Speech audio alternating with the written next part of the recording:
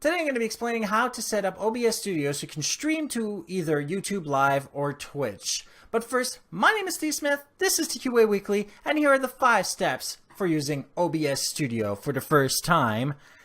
With the first one being very obvious, go to obsproject.com, go to the download page, and in the top right, click the download installer. Make sure you install it. To step 2, once you've already installed OBS Studio and actually run it, make sure you run as administrator just to be sure that everything goes flawless, especially if you use USB headsets.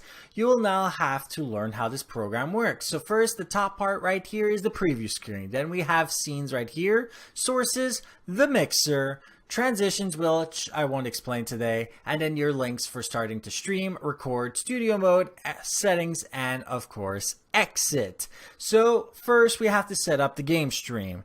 And if you don't already have a scene, all you have to do is click the plus right here and then write in a name. So let's say game stream.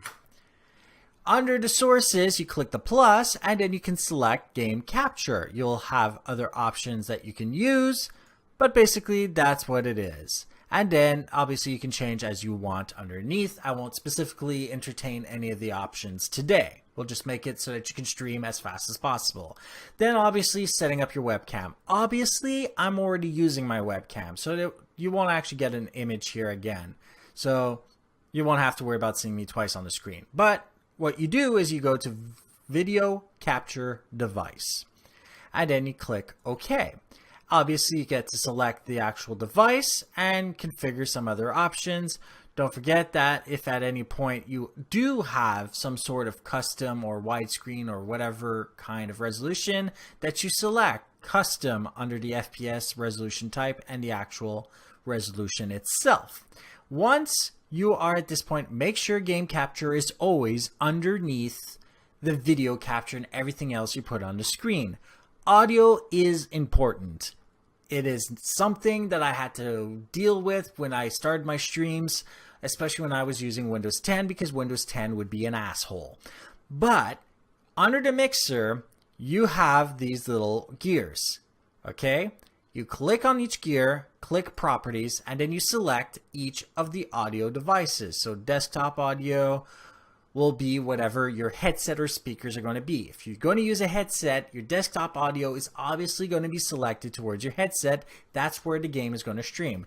Then you also have your mic. When you click on the gear for mic, you select the microphone itself. I've got several, and then you click OK, which I won't correct there. Then, because we're this far away into the thing, you're going to have to go to your Twitch account if you're on Twitch, or you go to your YouTube Live. But on Twitch, you go to the Twitch dashboard and there's a stream key link.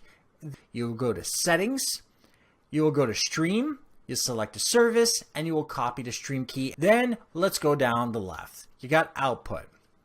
So you get your encoder type, and you can also rescale the output. You can go to recording and actually deal with some other information here, and the audio as well, set that all up.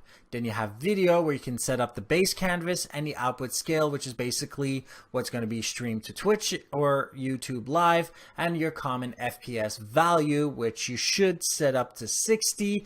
And then all you have to do is click start streaming and you can stream. Just make sure you're wearing a pair of headsets and a microphone. That way you don't get any audio leak. And obviously you use another screen for the chat. So if you like this episode, like it, otherwise dislike it. Don't forget to share with those that you think can benefit from this. And if you haven't already done so, subscribe to the show. And if you have any questions, comments, suggestions for topics, email me at ask@tqaweekly.com or go to my website, tqaweekly.com, where you can do everything else. And if you want to make this show better and get these episodes 24 hours in advance,